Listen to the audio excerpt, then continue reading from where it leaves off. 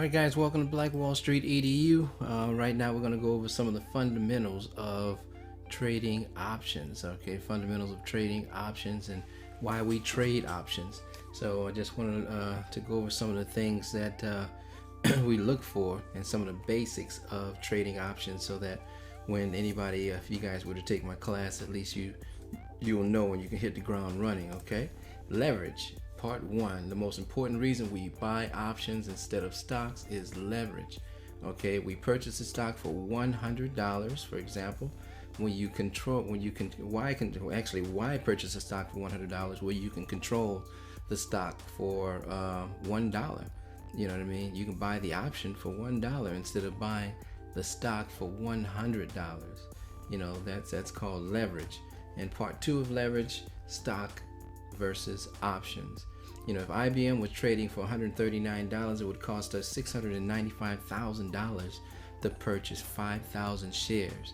$139 times 5,000 equals $695. Okay, that's a lot of money. I'm not sure, you know, if you guys, you may have that kind of money, but hey, why spend it when option side? If IBM was trading at $139, we could purchase an option for $1. That means 5,000 shares or 50 contracts would cost us $5,000. This is leverage at its finest. Okay, the stock goes from $145, goes up to $145. Our option could go up to $5.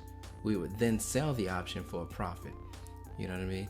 A lot of people, some people, I'm not sure if most people, they buy the option to buy the stock.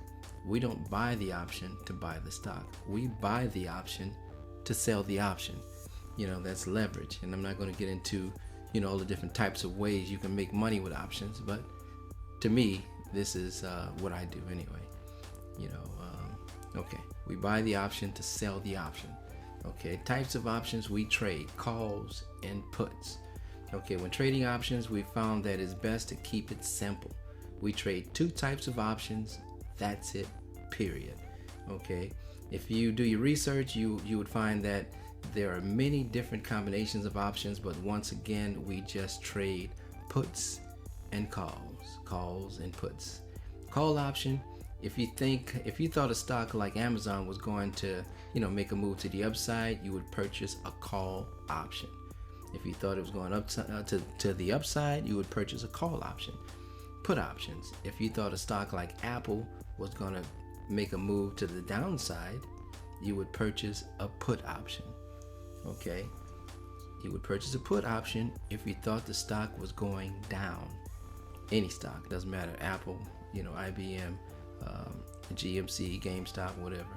Okay, fundamentals of options. Call options: when the stock moves to the upside, the call option moves to the upside exponentially.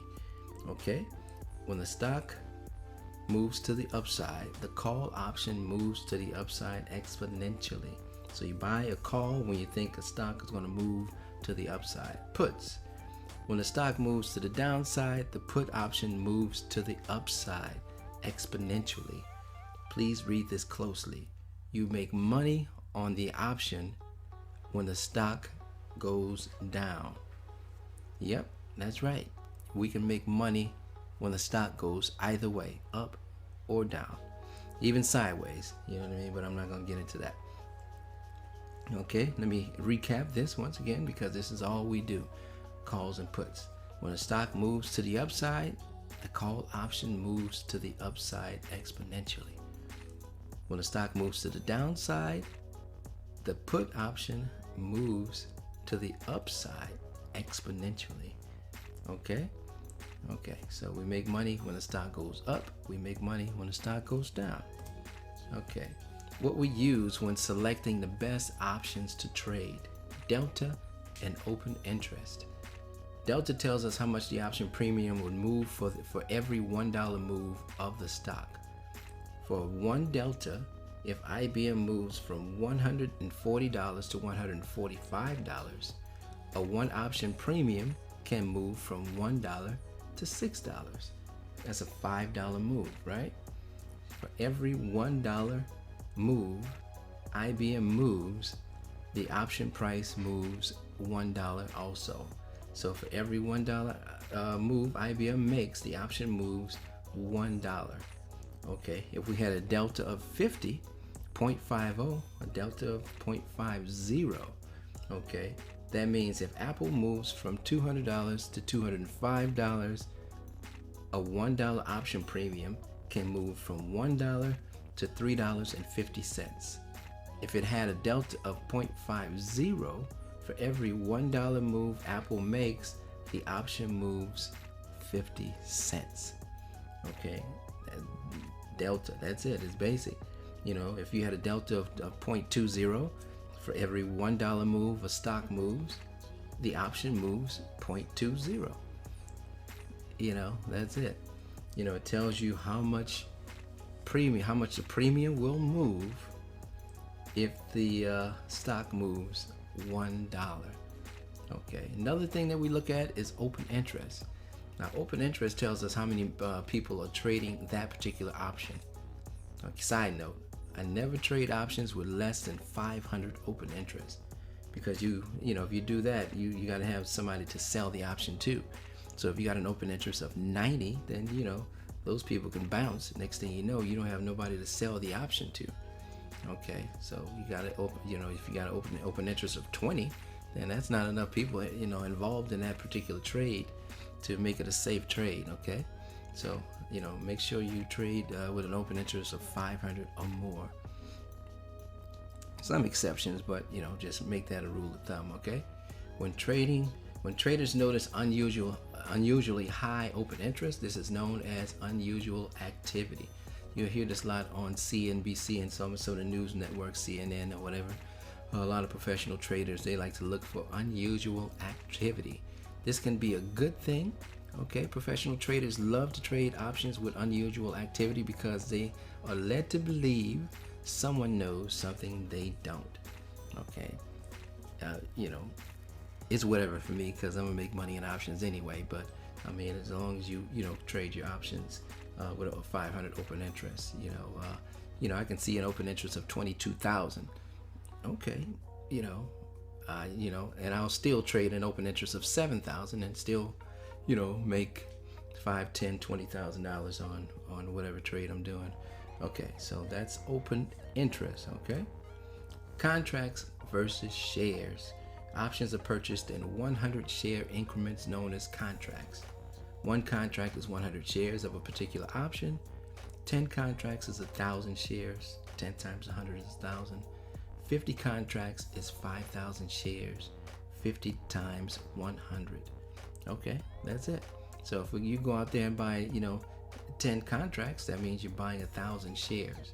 You go out there and buy 50 contracts, that means you're buying 5,000 shares. So if you only have $30,000 in the bank and you're trading, you know what I mean, 50 contracts, and you want to look for a premium or a price of, you know, lower than $6. What in the world was that? Anyway, you want to look for a premium of lower than $6, okay? Below $6, because you know, 6 times 5 is, you know, 30,000. So just make sure that you pay attention to the option premium also. So if you buy you know, an option that's going to cost you $6, you know, and you buy 10 contracts, that's $6,000 that you're paying for that particular option. Okay, just keep that in mind. And likewise, if you buy one contract, you find an option that's trading at $6, that's $600. So you go from 600 to 6,000, you know, to, you know, 6 times 5,000. Okay, just to keep an eye on that. So if you try to buy too many options, you know, and you don't have enough money in your account, it's not going to allow you to do it. Okay, so $6 premium, 5,000 shares, that's $30,000. You know, there you go. I'm not going to get into margins and stuff like that. Okay, contract versus shares. Okay, market orders versus limit orders. Market orders, okay. Now, typically back in the day, I would never ever do a market order, but right now these stocks are so volatile these options are so volatile. I've been, kind of using, uh, buying a lot of market orders and selling a lot of market orders. Okay, but I play around with it depending on what's happening. If it's not, if the stock you don't find it's too volatile or have too much volume, then I'll stick to my limit orders. But when buying or selling using market orders, you never know what price you are buying or selling the option or stock. Okay, markets move so quickly. Your assigned price, that's kind of your assigned price may or may not be to your advantage. The stock might be at $100 at that particular point, and you hit a market order buy, and you might buy it at $105. You might buy it at $107, but it's almost guaranteed that you're not going to buy it for the price that the stock is at, what you're looking at it. Because if the stock is at $100, you hit a market price, a market order, it could go, $7 higher, it could go $1 higher, but just be careful when you're doing market orders. Okay, limit orders. Using a limit order, you can select the price you would like to purchase the stock or option for. Okay, when setting a limit order, there is no guarantee that your order will be accepted, but at least you're more in control. So if that stock or that option's at if that stock is at $100 and you put your limit order at 95, that order might not fill. The stock might not drop to 95, but at least you're in control. If you want to buy the option at $1 and it's at $2 at that particular point, it may not drop to, $1, but at least, once again, you're in control. But, I just wanted to make you aware of that, so when you take my class, you know the difference between market order or limit order. Okay, and that's about it, man. Shucks, I mean, we went through that pretty quick. But I want to show you the difference here also on the trader, the difference between buy market and sell market. Okay, buy market's here on active trader, and sell market. And you see at this particular point right here, you notice you have 5 contracts, 15 contracts, 25 contracts, 50 and 100.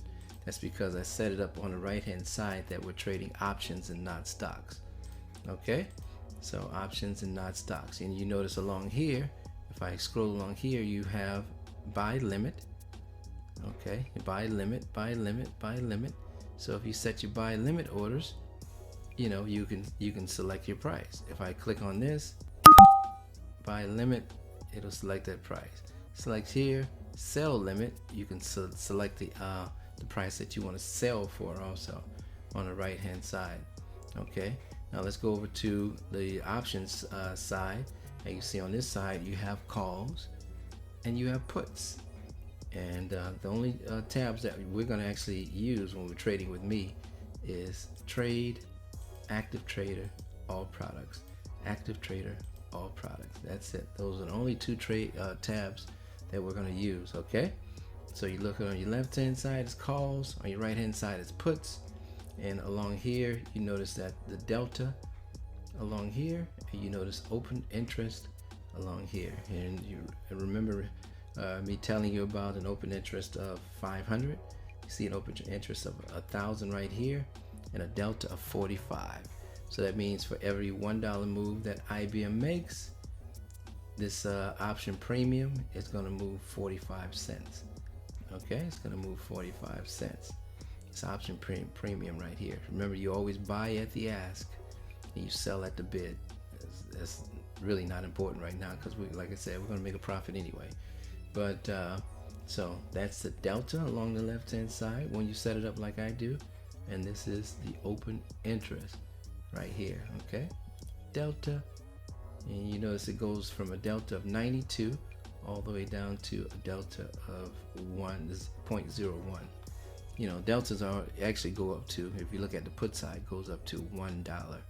That means for every $1 move the stock moves, this delta here is going to move $1. The option premium is going to move $1. Okay, and you notice the different prices along here. When you start getting into the blue here, the prices get more expensive, and I won't go into detail about that right now. Just want you to know that Sometimes we do buy in the blue because we get a higher delta, you know what I mean, and we make more money. So if you buy this delta here, which I would never do that because you see the open interest at 5, let's pretend that it's 500. If you buy this delta at 74, that means for every $1 move this stock moves, this option is going to move 74 cents. So that's a very quick way to reach your goal of $1,000, $2,000, $3,000 on the trade. Okay, but like I said, you just got to make sure that you have money in your account. This is my shell account right now, so I have about 5 different accounts that I trade with Thinkorswim. But yeah, you can open up as many accounts as you want with just keep track of them, because it can sometimes get confusing. All right, so just to let you guys know that we went over delta, we went over open interest, and we went over limit. It's a limit buy, and you went over buy market, sell market. Okay, buy market, sell market. We went over contracts, 500 shares, 1,500 shares, 2,500 shares, 5,000 shares. Okay, 5,000 shares and 10,000 shares right here. Remember, each contract is 100 shares. Okay, so there you go, man. In a nutshell, I just wanted to make that quick video to let you guys know the fundamentals of options. Back in the day, I used to teach people all the Greeks and intrinsic, extrinsic, delta, gamma, theo, rho. You don't need to know all that. Don't worry about that stuff. Okay, don't worry about the why, just worry about the how. You know what I mean? Don't worry about why it's priced like this. Why? I tell people, when you go play basketball, ask them, I wonder how they made this basketball. No, you just grab the basketball, you play. You surfers out there, you grab the surfboard and you just go surf. It's like, I wonder how they put this surfboard together. Don't ask why right now, because if you ask why, it's just going to be more confusing, and I got to charge you if you ask why. Right now, I'm giving you this for free, but my goal is to try to help you make money. I'm trying to get you up to, $1,000 a day is cool, it's fine, but some of my students, I'm telling you, they're making $5,000, $10,000, $20,000 a day. My rookie trader,